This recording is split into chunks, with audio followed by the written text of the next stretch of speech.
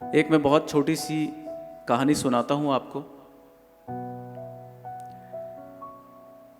एक उक्ति सुनी होगी आपने,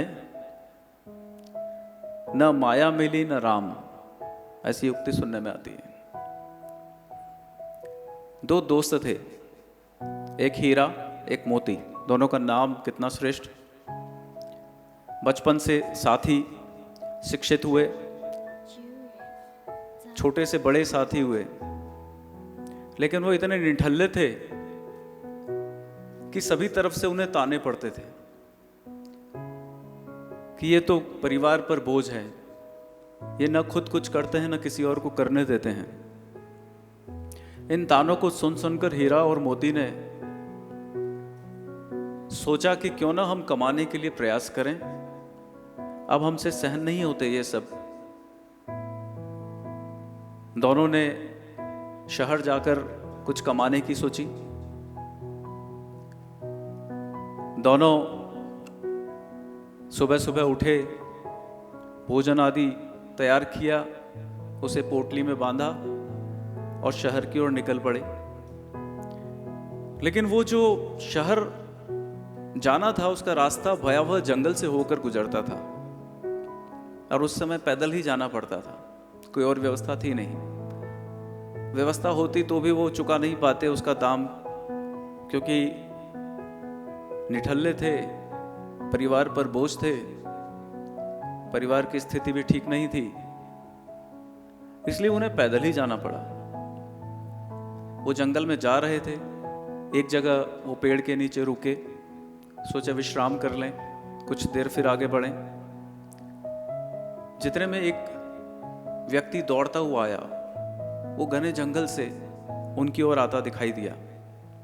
दोनों ने उससे रुककर पूछा कि क्यों दौड़ रहे हो, क्यों भाग रहे हो? बोले भैया जिधर से मैं आ रहा हूं उधर मत जाना,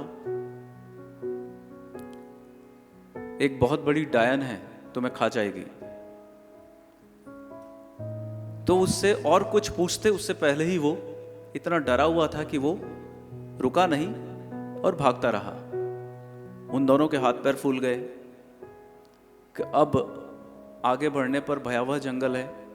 इस व्यक्ति ने कहा वो अगर बात सच है तो शायद हम जीवित ना आ पाए, लेकिन क्या करें, लोग ताने इतने मारते हैं हमें कमाने के लिए कि हमें जाना ही पड़ेगा। डरते डरते कांपते कांपते उस भयावह जंगल की ओर बढ़ चले।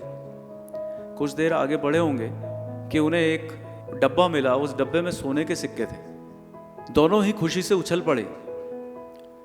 वो मूर्ख व्यक्ति जो भाग रहा था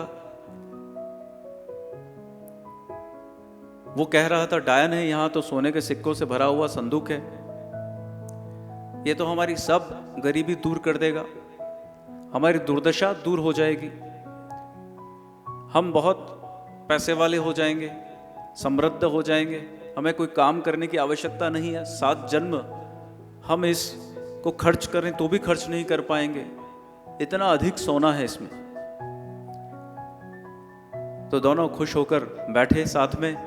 हीरा ने कहा मोती को, अब हम भोजन कर लेते हैं और पुनः गांव की ओर प्रस्थान करेंगे, अब हमें कहाँ कमाने जाने की जरूरत है।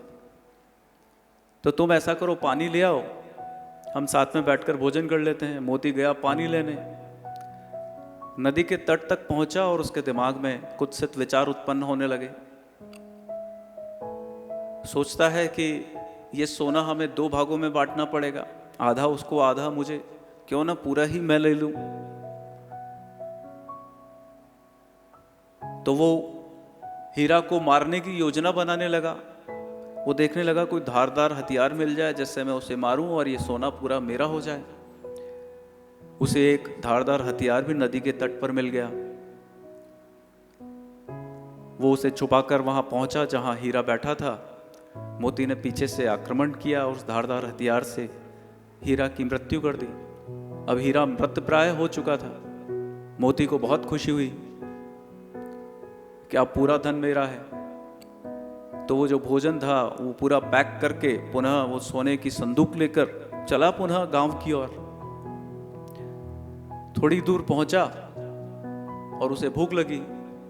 वो पेड़ की छांव में बैठकर जो भोजन लाए थे दोनों दोस्त, जो उसकी पोटली में था, उसे उसने खोला और खाना शुरू किया। थोड़ा ही भोजन किया था कि उसके मुंह से जाग आने लगे। उसे लग गया कि हीरा ने कुछ इसमें मिला दिया है विष, क्योंकि जो वो मोती सोच रहा था कि पूरा सोना मेरा हो जाए, वैसा ही हीरा भी सोच रहा था कि पूरा सोना मेरा हो जाए। दोनों ही एक दूसरे को मारने की योजना बना ली थी। तो भोजन करके उसके प्राण चले गए, वो भी मृतप्राय हो गया, दोनों दोस्त मर गए और सोना वहीं का वहीं रहा। जो व्यक्ति कहता हुआ निकला था एक डायन है वो तुम्हें खा जाएगी, वास्तव में वो माया थी जो उन दोनों को खा गई। इसका तात्पर्य क्या है? न माया मिली न राम। इसका तात्पर्य यह है कि आज भी आप दो भाइयों को भूमि के लिए, धन के लिए, संपदा के लिए झगड़ते हुए देखेंगे। पिता पुत्र को संपदा के लिए झगड़ते हुए देखेंगे। इवन टू एक दूसरे का खून भी कर देते हैं लोग। भाई भाई एक साथ नहीं रहते, पिता पुत्र एक साथ नहीं रहते, बोलचाल बंद है।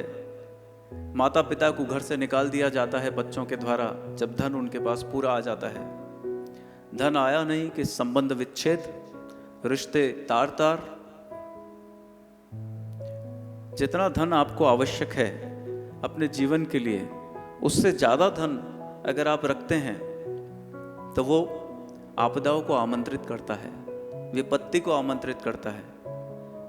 महाप्रज्ञ जी महाराज कहते थे, आपकी आवश्यकता से अधिक धन अगर आपके पास है और वो किसी और कार्य के लिए, अच्छे कार्य के लिए आप खर्च नहीं करते, तो आप परमात्मा के दोषी हैं। जितना कम धन होगा आपके पास, जिसमें आपकी बुनियादी सुख सुविधाएं पूरी हो जाए, तो आपके परिवार के मध्य प्यार रहेगा, स्नेह रहेगा, आत्मीयता रहेगी, आप एक रहेंगे।